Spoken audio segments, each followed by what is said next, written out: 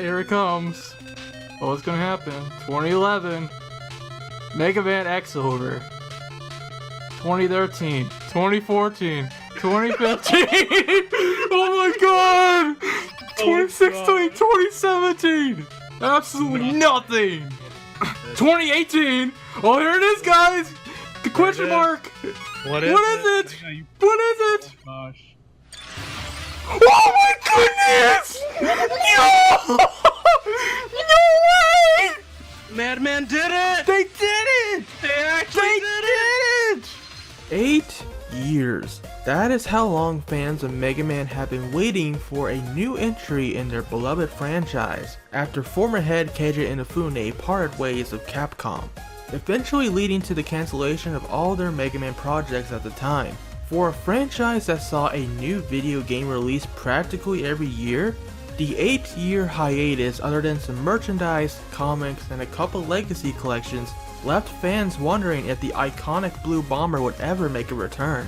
Of course, that's where this video comes in, because yes, the Blue Bomber has returned in Mega Man 11, the newest entry in the classic series that started it all 30 years ago.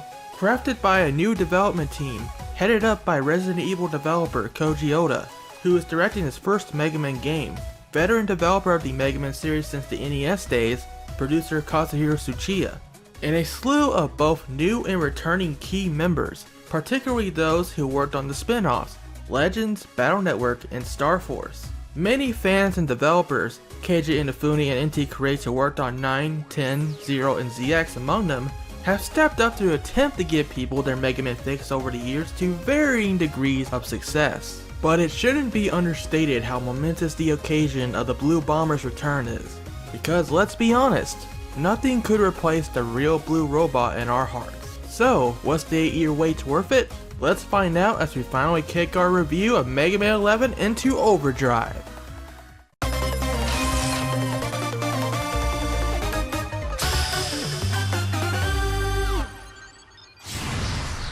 The story of Mega Man 11 gears up with a flashback to creator and father figure to Mega Man, Dr. Thomas Light, and series antagonist Dr. Albert Wily.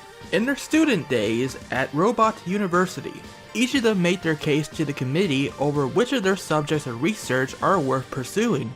Light proposes developing robots of independent thought so they can be true partners to humankind. We see this concept throughout the series and Mega Man himself, and as it eventually evolves into Light's final creation, Mega Man X. Meanwhile, Wily's proposal is the completion and mass production of his double gear system, a device that when installed into a robot, gives them an incredible boost to their power and speed. In Wily's eyes, a robot is still a tool no matter its intelligence, but with the double gear system, any robot could become a hero. We can see that even in his student days, Wily was obsessed with creating the most powerful robots possible, which eventually gave fruit to his own final creation, Zero. However, the downside to the double gear system is that it puts a great deal of strain on a robot's systems, and thus is a dangerous invention to use. So naturally, Light is heavily opposed to Wily's ideas and fiercely protests against them until the department chooses Light's research into robots with independent thought, and shuts down Wily's double gear project. This is the point where we find out for the first time why Dr. Light and Dr. Wily parted ways in the first place, which makes for a nice parallel with the Battle Network universe, where a similar committee chose Dr. Tadashi Hikari, which by the way, Hikari means light, and his research into network technology over Wily's robotics. On that note, it's also worth bringing up that Masakazu Iguchi, the scenario writer for the Mega Man Battle Network series, also worked on the story for Mega Man 11. It connects. Nerding out over Mega Man lore aside, obviously Dr. Wily holds a grudge against Dr. Light for opposing his research every step of the way. So after recalling that unfortunate event, Dr. Wily gets the idea to complete his old invention and use it to show Dr. Light once and for all that he was right all along. Meanwhile, at the home of Dr. Light, him along with Roll, Mega Man's sister, and assistant Otto are performing maintenance on Blockman and the other 7 robot masters featured in this game, until Dr. Wily crashes the party in his usual UFO. Robot naps the robot masters to use as test subjects for his double gear system, and makes a clean getaway. Yeah, I didn't think a mop was going to stop him anyway, Mega Man. After witnessing that event, Mega Man goes to rush out to stop Dr. Wily, but Dr. Light stops him and explains that this time Wily is using the double gear system and tells Mega Man all about it.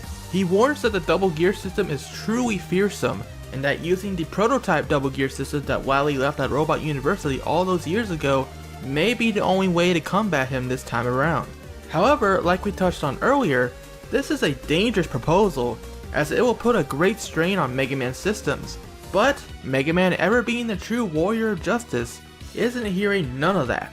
He will stop Dr. Wily no matter the cost. So after a few days to install the system, Mega Man is off to a new fight for everlasting peace. And that is the gist of the storyline. Things don't get any more complicated from here on, but it does give a sufficient excuse to be busting bots again. 11 is pretty light on story actually, similarly to how Mega Man 9 and 10 worked, with only an intro, mid-game, and ending cutscene.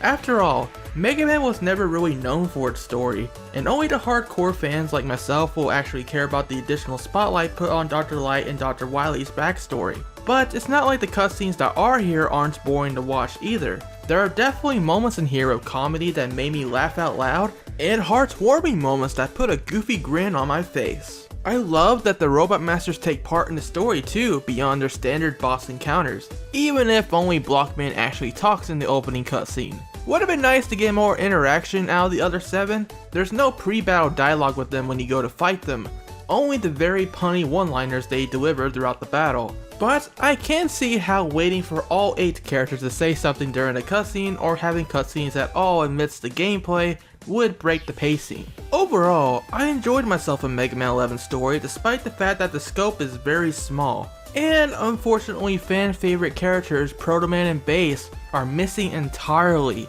Heck, it's like the developers forgot about them entirely this time around, with no references to them anywhere. Except for maybe the database for Sniper Joe mentioning that it's based off of Proto Man's design. Now hold on, while yes, I would have loved to see these two in the game, an overclocked Bass fight would be absolutely epic. I gotta be honest though, I was enjoying myself so much of this game on my first run that I didn't at any point find myself questioning why Proto Man or Bass were not there. In fact, I didn't even remember that they exist until the credits were done rolling and I was like, oh wait a moment. So I know it's going to be disappointing for many not having them there, but I'm here to tell you that at least it didn't ruin the game for me personally. Who knows, maybe they will still come back as DLC down the line. If you want my opinion, and if you don't, why are you watching this review, I don't think Mega Man 10 was the last we've seen of Proto Man and Bass. From all the 30th anniversary polls, Capcom is obviously aware that people love these characters. So I think there is a good chance that they'll be back later. Regardless, don't expect something grand from the story going into this. It's simple and straightforward, like much of Mega Man 11, but enjoyable. The characters are brought to life through both full English and Japanese voice acting depending on what you select in the options. Not a single line is left unnarrated, which adds some bonus points to the presentation for me. I've played the game through twice with both voice languages during my review period, and I gotta say, I actually prefer the English acting overall over the Japanese. The Japanese acting was good though. Rockman sounds nearly identical to Rockman EXE or Shooting Star Rockman in their respective animes, so I do like that. Everyone else sounds fine too, but I do prefer the performances for the 8 Robot Masters in English, in which they absolutely nailed their personalities and their big, cheesy, but hilarious one-liners that I love. I don't mind Ben Diskin as Mega Man and Doug Stone reprising his role as Dr. Light either. Mega Man actually puts some emotion behind his voice and Light sounds fair enough. Roll is adorable of course too. The only weird one I had to get used to was Otto's voice. It's not bad, just not what I imagined his voice sounding like. All in all, the voice acting in Mega Man 11 is a clear cut above the days of Mega Man 8. Oh, 0 out of 10, no Dr. Wily. The energy resources are too good. If you absolutely despise the English voice acting though, fair enough. You can again change your language in the settings. Or if you don't want voice acting at all, you can turn it all off too by turning the voice volume all the way down in the options. But at that point, I gotta ask, why do you hate fun, man? The voice acting isn't obnoxious at all during the actual gameplay, other than a few grunts from Mega Man. The only time he speaks really is when activating the double gears, so I never found myself annoyed with him, and I've been playing this game for 2 weeks now.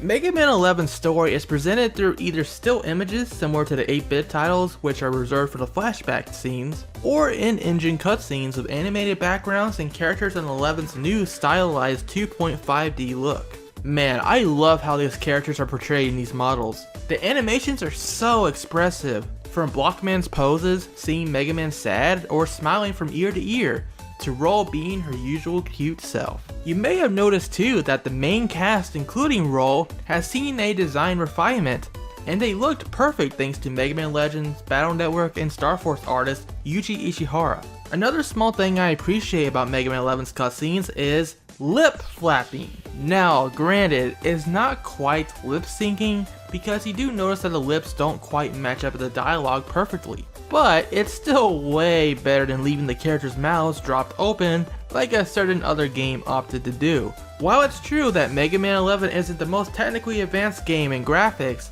it doesn't have to be. The art style has a clean, elegant, cartoony look to it. The environments are beautiful. Seriously, the animated backgrounds in the levels here are pure eye candy. This is exactly what I dreamed of a modern Mega Man game looking like, and I'm so glad that Capcom went with this over yet another 8-bit game. Nothing against them, but it gets tiring after a while. Okay, but what about Mega Man's running animation that's been a topic of controversy lately? Actually, I don't mind it after playing the full game. It's clearly based off of Mega Man 2's animations, and as he's running you can see Mega Man bopping his head ever so slightly to the beat of his own steps. So yeah, it's actually fine to me, to be honest. This is a noticeable improvement from the first trailer we ever saw back in December of 2017. From a technical standpoint, I found Mega Man 11 to be quite polished too. The game runs at a rock solid 60 frames per second the whole way through with little to no hints of slowdown. And while I heard about a glitch where a player got stuck in the grinder section of Blockman's stage in the demo version, I didn't run into anything like that myself. But if it is there in the full version, I hope it is patched soon. Other than that, I didn't personally encounter any other glitches throughout the game. Everything worked as it should. Although Mega Man 11's graphics aren't realistic, the sound effects you hear in the game were created using real-world objects for the first time in the series, lending a bit more realism to the soundstage of the world. The sound effects are definitely serviceable and fine, but I do miss the pew pew and the satisfying punch to the sounds of landing hits on enemies from the earlier titles in the series. It feels like something is missing when the Mega Buster sound effects don't deliver that same feeling of satisfaction. However, I do like that the charging sound effect is pretty quiet and doesn't overpower the music, so I do appreciate that. What Mega Man 11 does deliver on, however, is the soundtrack. At least in my opinion, because at the end of the day, music is very subjective from person to person. Because it's true that 11's soundtrack is very heavy on the techno genre. Some people are gonna love it, some are gonna be pretty mad about it, and I've definitely seen conflicting opinions all across the internet already. I happen to be in the camp that thinks Mega Man Battle Network and Star Force composer Yoshino Aoki did a fine job of Mega Man 11. And yes, you can definitely hear that Star Force influence in the music. We have some really catchy themes going on here. My favorites include Fuse Man, Block Man, Blast Man, Stage Select, and the End Stage theme, the latter of which is still stuck in my head. Impact Man stage is pretty good too. I also enjoy the more atmospheric but still nice Bounce Man and Tundra Man themes. The soundtrack as a whole is quite nice. The only music I wasn't feeling so much is the boss battle themes. They do the job fine in game, but I wouldn't be adding them to my MP3 player or anything. They're just there for me. Pro tip: the sound balancing in Mega Man 11 by default does not let you hear that sweet soundtrack that well over the overpowering sound effects. So what I recommend is hopping into the settings and cranking up that music volume by at least a couple notches for the best experience. Oh, and I wasn't provided a code for the instrumental piano music DLC, so I can't talk about that at the moment, but I'll be sure to let you know what I think about it somewhere else once launch day arrives tomorrow. Okay, we've talked about the story and presentation for long enough, I think. So let's get into the game itself, shall we? Mega Man 11 as a game is pretty straightforward. It is exactly what you expected from an entry in the classic series. You're given the freedom to jump and shoot through 8 robot masters and their thematic 2D platforming stages in any order. You then steal their weapon for your own and take it with you into the next stage. Some bosses are weak against certain kind of weapons in a rock paper scissors fashion. I won't spoil the boss order here though, as part of the fun of playing a new Mega Man game is figuring that out all for yourself. I will say however that this time around, there is no sign of the infamous Spark Mandrill syndrome in Mega Man 11. What I mean by that is most bosses you battle with their weakness will still fight back, practically the same as they did if you used the Mega Buster only. Yes, the weapons will do a significant amount of damage, making a few defeatable in a quick time frame, but the effect on their AI is minimal at best. The lone exception to this rule is Bounce Man, who tends to fall apart and float around slowly around the room when his weakness is used against him. That's about the only major AI change associated with special weapons in this game. The developers of Mega Man 11 also wanted to make the boss order make sense this time around, and hey, they were right.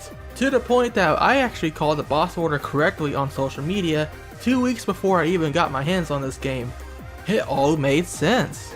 Let's repeat this process anyway until you reach the final set of stages and fight on to the end of the game. Yes, Capcom did play it very safe with Mega Man 11. Arguably too safe. There is no intro or mid stage to speak of. You are booted straight to the stage select screen right after the intro cutscene and a chance to practice with the new double gear system, which is the main attraction in terms of new features the game adds. Mega Man by default comes equipped with his trusty Mega Buster with the charge shot and the slide maneuver being added back to his repertoire for the first time since Mega Man 8. Thank goodness. You will be using those moves a lot too, as all the stages are designed with them in mind. So having a charge shot does not break the game at all. Many enemies you encounter will tank hits quite well, or are equipped to protect themselves from Mega Man. Thankfully, the Mega Buster has a new ability too, as charge shots can now stun shielded enemies like the returning Mets and Sniper Joes, leaving them exposed for a second. It sure beats waiting for them to drop their guard like you had to previously. Still, you may want to crank your attacks up a notch, and that's where the power gear comes in. With a press of the left shoulder button, the Mega Buster's power increases, allowing for a double charge shot, the red shot being particularly powerful, similar to X's arm part in Mega Man X2. Speaking of X callbacks or call forwards, the power gear also allows Mega Man to use supercharged versions of the special weapon that he absorbs from the defeated Robot Masters. Effects range from additional or bigger projectiles, or giving the acid barrier the ability to destroy enemies and reflect shots, or my favorite, making the Thunderstorm become a screen nuke that instantly wipes out everything on screen, including projectiles. Plus, if you charge the Mega Buster for the entire gear gauge, you can unleash a super shot that deals massive damage and has a wide range. The downside is every time you activate the power gear, it cancels your charge, meaning you'll have to recharge your buster every use, which is a bit awkward to get used to.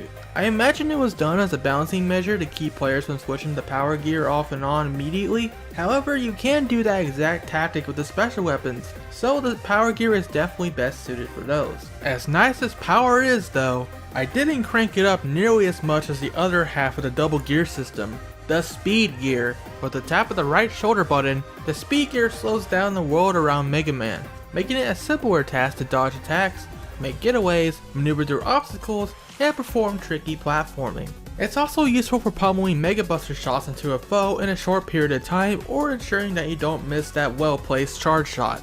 This thing is darn useful. Lastly is the double gear technique. When Mega Man reaches low health, about 4 units remaining or so, press both of the shoulder buttons down, and Mega Man will activate both power and speed at once. The world will slow down and he can charge up to a super shot much faster, allowing you to deal some massive damage in a last ditch moment to survive. In most cases, the double gear technique isn't viable however, unless you are about to finish a boss anyway, or you're that desperate to get out of a sticky situation.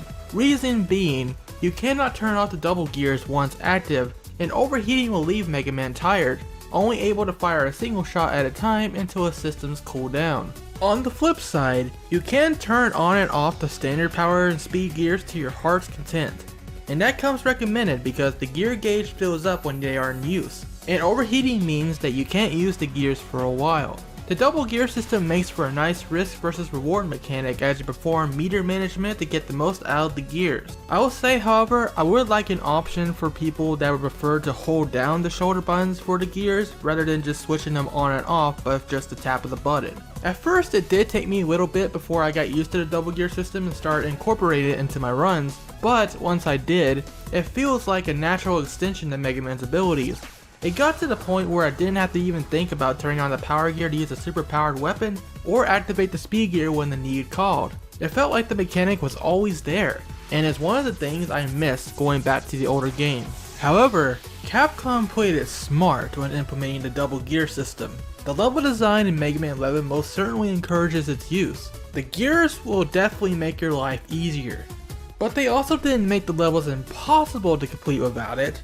Capcom has gone on record a few times stating that the double gear system will not be required to complete Mega Man 11, and I am happy to report that they were totally right about that. I did not encounter a single stage throughout my playthrough that I couldn't imagine doing a no gears, no damage, buster only run on. The only problem spot I can foresee is a couple of the electric traps in Fuse Man stage. It's really quite ingenious what they have pulled off here when you think about it. So you purists and challenger runners out there can rejoice. Now SR, you say? That sounds cool and all, but how does Mega Man feel to control in Mega Man 11? At the moment, I can only speak for the PlayStation 4 version since that is the version I played for this review, but I can say that on the PS4, the controls feel like a dream. I didn't notice any input lag, and Mega Man controls very similarly to his 8-bit incarnation. Very tight and responsive controls. No compromises have been made on the controls even as the series makes its leap into the 3D models. The only caveat is when Mega Man takes a hit. He does get knocked back to a small bit, but I only died to getting knocked off a platform in one instance in Blockman's stage. I actually don't have a problem with the knockback like some do. Mega Man 8 still has it worse by far.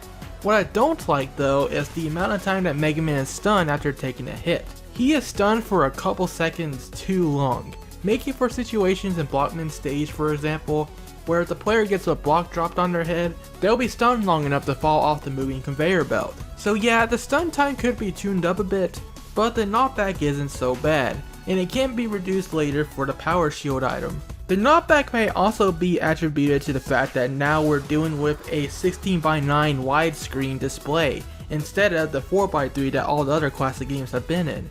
Man, isn't it nice to finally have widescreen Mega Man? Along with the great feeling controls, Capcom has taken the liberty to make some much needed quality of life improvements to the Mega Man experience. The Blue Bomber's faithful canine, Rush, makes his return to help out in the form of Rush Coil and Rush Jet that can help you reach up high places or fly across the field. This time around, Rush is dedicated to either the triangle button for Rush Coil or the circle button for Rush Jet on PS4, meaning he can be accessed at any time with any weapon equipped. No more cycling through weapons or hopping into a menu just to bring the good boy out. The convenience is unreal. In addition, it's now possible to map the slide and rapid fire to their own dedicated button. Neat. What isn't so neat is that now because Rush is a dedicated button, now you can't use the Mega Buster while a special weapon is equipped, but there is a solution to that. What's also very convenient is the new weapon wheel that is brought up with a simple flick of the right stick in one of the 8 directions. Each direction corresponds to a different Robot Master weapon, and the order is identical to the placement of the Robot Masters on the stage select screen. So as long as you memorize that, you will never forget which direction you need to press. And if you want to switch back to the Mega Buster, all you have to do is press in the right stick. This is by far my favorite improvement, and it's just as great, simple, and easy to use as I imagined when I first heard about it all the way back in December of 2017. The ability to swap to any weapon you need to fit any given situation at any moment is a literal godsend and helps with the game flow immensely. No longer do I have to stand around and cycle through every single weapon when I need a different one like in the past. And I mean, you still have that option available to you by pressing the triggers if you really do prefer it the old way, but why would you? The weapon wheel is functionally superior, and boy is it gonna be hard going back to the older Mega Man games now because of this. The new weapon wheel helps to deliver the developer's vision of encouraging the player to use special weapons more often this time around. Not only are they more accessible than ever, but the level design and enemy placement informs the player that a certain weapon will work better than the standard Mega Buster. That's because enemies will often be placed out of range from where the Buster can reach without some fancy work, making the special weapons a prime choice to take them out much easier. Thankfully, the Robot Master weapons in Mega Man 11 are among the best that the series has ever had to offer. Block Dropper drops a ton of bricks on unsuspecting foes from above. Acid Barrier shields you from projectiles, and when power geared, it reflects them and lets you walk through weaker enemies. Chain Blast is my least favorite weapon of the bunch, throwing sticky bombs that can be detonated remotely, but it is a bit slow. Thankfully, its power gear version creates giant explosions that Blastman would be proud of. Scramble Thunder creates electrical spears that speed along the ground. Charge it up to make shots pierce multiple enemies. Bounce Ball is essentially a souped up rebound striker from Mega Man 10. It launches 3 rubber balls or 6 with the power gear in upward, straight, or downward directions, making it a good weapon for hitting out of reach foes or when you just want some residual damage going. Blazing Torch tosses a ball of flame into the air and it comes back crashing down at an angle just like Torchman's flaming kick. Great for moments where enemies are just upright from your current position or you need to pierce shields. The attack has a giant hitbox, and charging up lets you rain down 3 flame dragons of death. Pile Driver is essentially an air dash with the tip of the spike creating an explosion when it touches something. It's also great for taking out shielded enemies or enemies with high health. I can see this being used to skip entire sessions in a speedrun. Last but certainly not least, the Thunderstorm is so cool it's Sub-Zero. It creates a tornado around you that's great for vertical coverage, but crank it up to 11 with the power gear, and it becomes a screen nuke blizzard that destroys anything in its path, except maybe those pesky Gabioles. Still, it's likely the most powerful weapon in Mega Man's arsenal among a lineup of already great special weapons. Like their weapons, the Robot Masters in Mega Man 11 are also the strongest and most memorable lineup of bots that I've seen from a Mega Man game in a long time. These guys are absolutely bursting with personality. All of them have these cheesy but fun one-liners. Their personalities and backstory are all totally diverse too. Blockman, who dreams of building vast structures like pyramids and temples, and has puns for days. The edge boy of the group, Fuse Man, who's one of the tougher opponents in the game, and has speed matching that of Quick Man. He'll blow your fuse if you aren't careful. Watch out because you certainly don't want to diode. To Blast Man, explosion is art! He used to design explosive effects for movies and theme parks. Acid Man is a robot scientist that specializes in advanced chemistry, like a certain other robot master from a certain cartoon that is fully charged. I will say his English voice definitely fits the part. Tundra Man is super fabulous, my guys. He was designed to work in polar climates, but after seeing an ice skating championship on the TV, he took up the hobby himself and has spent long years practicing his ice skating technique. It definitely shows in this boss battle too. This guy is definitely my favorite robot master in this game. Torchman was a camping advisor, teaching people about campfire safety. Although now in true irony, now he is the one starting forest fires. Smokey the Bear would be disappointed. He is also a practitioner of his very own Torch Jutsu martial art. He fights very similarly to Magma Dragoon from Mega Man X4. Impact Man, or Pile Man as he's known in Japan, is a funny construction robot, having a very Dracula-like voice. But don't let his voice distract you from the fact that he is likely the toughest robot master out of the group. He has a tendency to stun you with earthquakes, and 9 times out of 10 that means you're gonna get hit by one of his follow-up tackle attacks. It takes a great deal of awareness of what's happening to safely battle him. Fun fact, did you know that the pile driver enemies that attack you throughout Impact Man's stage is actually the 3 brothers that make up Impact Man himself in true Transformers-like fashion? Now that is a cool detail. And there's more cool little attentions to detail like that throughout Mega Man 11. Last is the innocent and optimistic Bounce Man, or Rubber Man in Japan.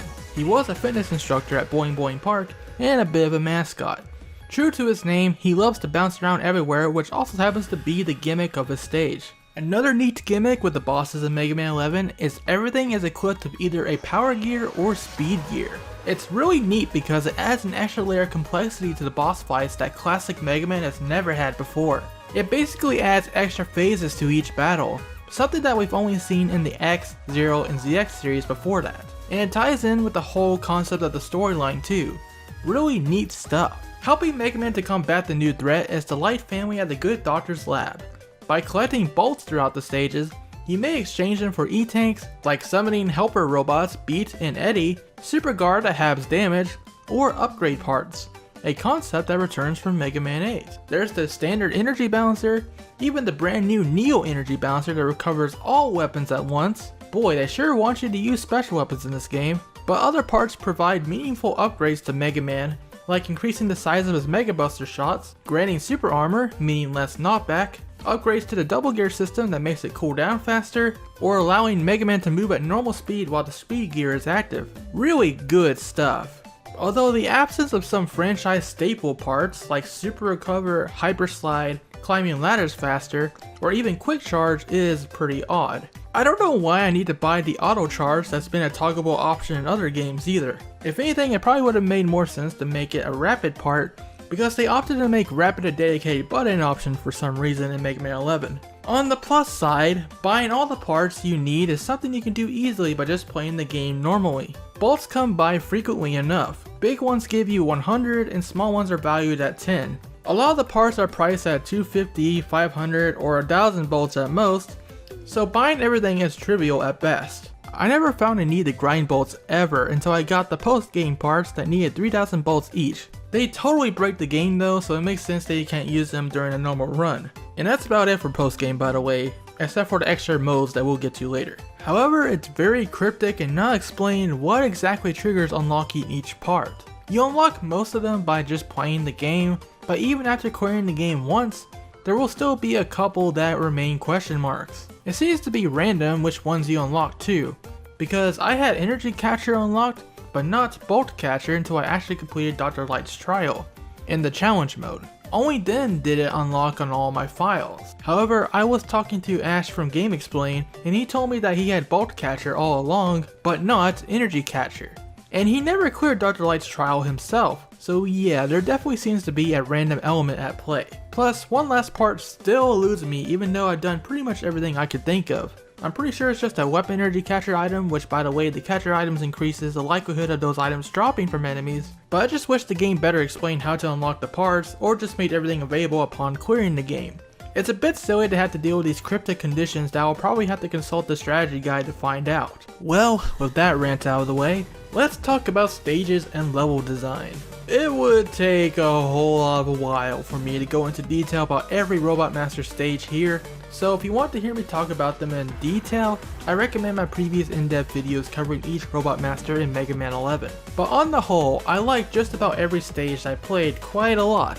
For one, they were much longer in length than previous Mega Man stages, averaging at about 5 to 7 minutes each on an average run without dying. I enjoy how diverse in themes they are too. You got your basic power plant and construction level, but the rest do enough to shake up the conventional ideas. Torchman's campgrounds, Blastman's amusement park, Bounceman's Boing Boing Park, which is similar to Springman's stage from Mega Man 7, and Blockman's temple aesthetic, to name a few.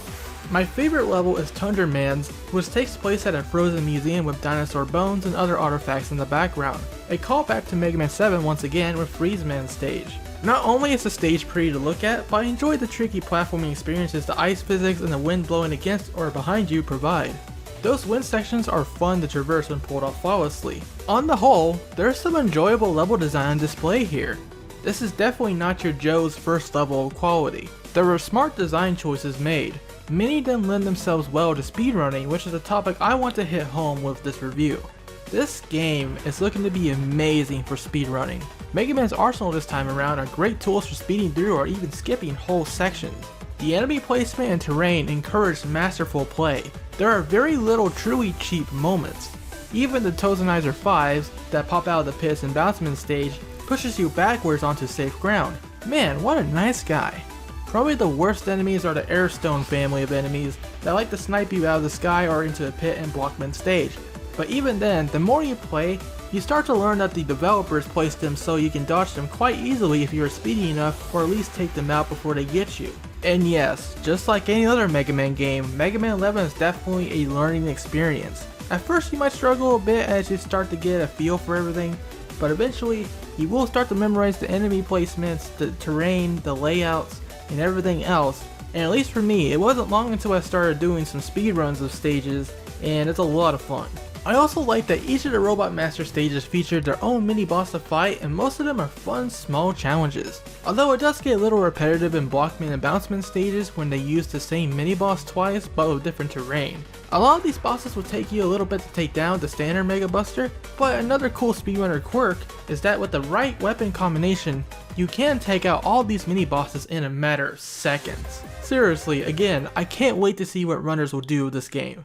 Even the energy and weapon energy pickups don't stop you to fill up this time around. Energy is recovered instantaneously just like in Mega Man 8. Another positive I learned in Mega Man 11's levels is the fact that there is no bad choice for a first stage. Some are certainly harder than others, but the difficulty is balanced across the board well enough that any stage or Robot Master is viable enough to tackle first, adding a lot of replayability to the game. As much as I enjoy 11's level design though, they were not without their rough edges. Examples being Blockman's conveyor belt section, where you have to figure out how to jump from block to block to proceed, when it's not immediately clear that you have to do that at first. Although once you learn you do have to jump from block to block, it actually feels very satisfying being able to pull it off very fast. Like I said, great for speedrunning. The very little window of time that Fuseman's electrical traps give you to run through without getting hit.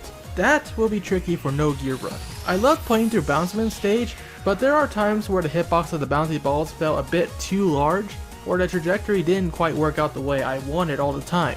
There's one room in particular that I always got stuck on because I would accidentally bump into a place I didn't want. There's one part in Blastman's stage that felt a little scummy because of the way that they expect you to slide under an explosion at a precise moment to avoid taking damage. From a critical standpoint, that's what comes to mind. But none of it necessarily stopped me from having a good lot of fun of each of the stages. They introduced unique gimmicks without being overbearing, still has that Mega Man DNA of teaching you about the said gimmicks before they crank things up a notch, and the well design of all of Mega Man's abilities in mind. Like I said, there isn't a single stage that I hate in this one. Perhaps one could argue that Blockman and a couple other stages outstayed their welcome after a bit, but I personally felt engaged the whole way through. In terms of difficulty, Capcom made a smart move in providing players with 4 different difficulties to choose from that should satisfy both newcomers and veterans of the series. Each difficulty mode doesn't affect the stage layouts and obstacles really, but here is what they generally do. Newcomer mode gives you infinite lives, halves damage by default, has the real double damage, you got energy for days, checkpoints are made in practically every room, and Bird Buddy Beats will swoop down and rescue you anytime you fall down a pit. Something you usually have to purchase to use. Speaking of, parts in the shop are half price in newcomer mode. This is definitely the baby mode of the bunch, and should be reserved for those that don't have much experience with action platformers or video games in general. It's fine for messing around though occasionally. Casual mode still gives you a defense bonus, but damage output is normalized. You get 5 lives, and weapon energy and checkpoints are a bit more plentiful over normal mode. Casual mode is for those who like playing Mega Man but don't necessarily care about the NES hard difficulty the series is known for. I found it a bit too easy for my taste though, so I went with normal mode. Normal mode is what most veterans of the franchise that care about a decent challenge will want to play first. You get 2 lives and 3 checkpoints per stage to accommodate for a longer stage length, so it's about on par with previous titles. It could be argued that the stages could have used 1 more checkpoint to accommodate for a longer length again, because in a couple of stages the checkpoints feel a little sparse. But to be honest, I think the people complaining about the normal mode difficulty should just stick with casual mode. Normal mode provides a stiff challenge, but nothing terrible to the point that it made me want to throw my controller or anything. In fact, beyond Countryman's stage, which was the second I played and probably one of the harder stages, it was mostly smooth sailing for me up until the end stages, where the difficulty spikes once again, as you would imagine. Sure, I died a few times, but every death still felt like it was my fault, and I knew how to improve on the next go round. Also unlocked from the start is Superhero Mode, which is a beast of all its own. Enemies hit harder, have more health. Even the smaller enemies take at least 2 Mega Buster shots. And like Extreme Mode in the Mega Man X series, there are no health or weapon energy drops anywhere in the stages. Even the E-tanks and weapon tanks within the levels are gone.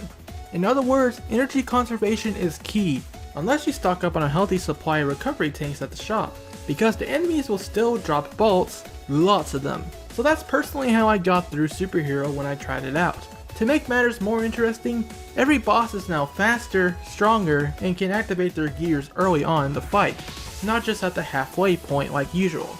I found Superhero a lot of fun actually, and definitely more manageable than previous superhero modes in Mega Man games, if only because I could buy tanks to keep myself healthy.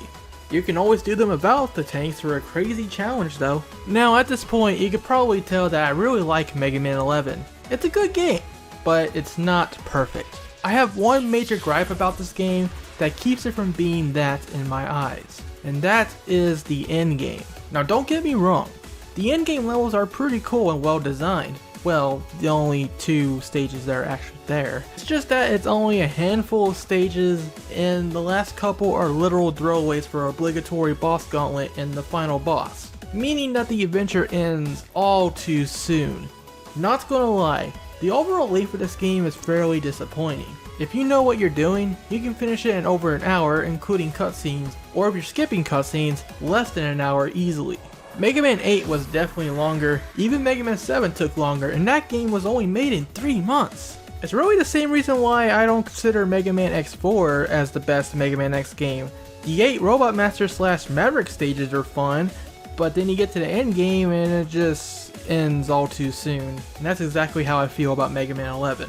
I'm not sure what happened, but the end game definitely feels a bit unfinished towards the end. Like they were going to do more but ran out of time. So that's why I hope Mega Man 11 does get DLC, because it would really help pump some much more needed content in here. When you do finish Mega Man 11, you can check out the gallery, which, while I expected a concept gallery, it's more like an enemy database, providing details and backstory on both regular enemies and bosses. You can even listen to every voice clip from the bosses, which is cool. They recorded a lot of different voice clips for these guys. I just expected a gallery on the level of the Legacy collections, I guess. The last main attraction veterans will be sinking their time into is Mega Man 11's Challenge Mode, consisting of Time Attack, which is self-explanatory, Jump Saber, where you get through a stage with as little jump presses as possible, Buster Breakdown is basically a pacifist run, having you try to complete a stage with as few attacks as possible, Score Attack, in which you defeat enemies and collect all the points you can, Mega Man 1 Fans Rejoice. Here's my favorite of the challenge modes, Balloon Rush. There will be blue and red balloons placed through each level. The goal is to touch or attack the blue ones while avoiding the red ones at all costs. It's fun because it changes the way you think about traversing the stages. But boy, the Mega Man Classic series sure loves their balloons and balls, don't they? Medal Collector has you race to collect 8 medals. Boss Rush is a time attack mode where you fight the 8 Robot Masters, of course. There's a superhero mode variant too. Then we have Dr. Light's Trial. Remember the endless modes from Mega Man 9 and 10? Now imagine doing 30 of those ultra hard rooms back to back with limited health, energy, and lives. Dr. Light's Trial is actually the hardest challenge in the entire game to me, even harder than completing superhero mode. There's some real toughies in here. No joke, it took me a couple of days to finally work out the strats and muscle memory to beat it. Mega Man is all about learning after all, but at least I was the first person to ever clear Dr. Light's Trial, so that's nice. If you somehow manage it too, you unlock an actual endless version of it.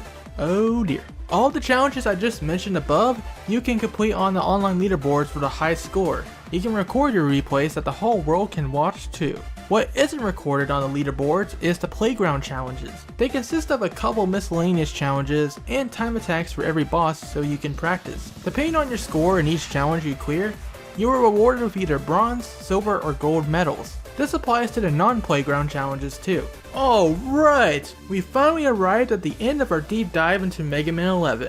But first, I have a couple more silly nitpicks that doesn't affect my opinion much, but I just wanted to say them. You can't jump through boss doors the same way you could in the old games. Oof. Mega Man is referred to as Mega by Otto and Roll rather than Rock. Dr. Light just refers to him as Mega Man, so I'm not sure if it's a retcon of Rock in favor of Mega like in Mega Man Powered Up, but it's a sneaky retcon if so. Dr. Wily does not wiggle his eyebrows. What a crime! Now to really end things off, some questions from the viewers that I haven't addressed yet. Are the levels replayable for secret hunting? Well, the levels are indeed replayable actually. The bosses will still even be waiting for you at the end just like in Mega Man 1.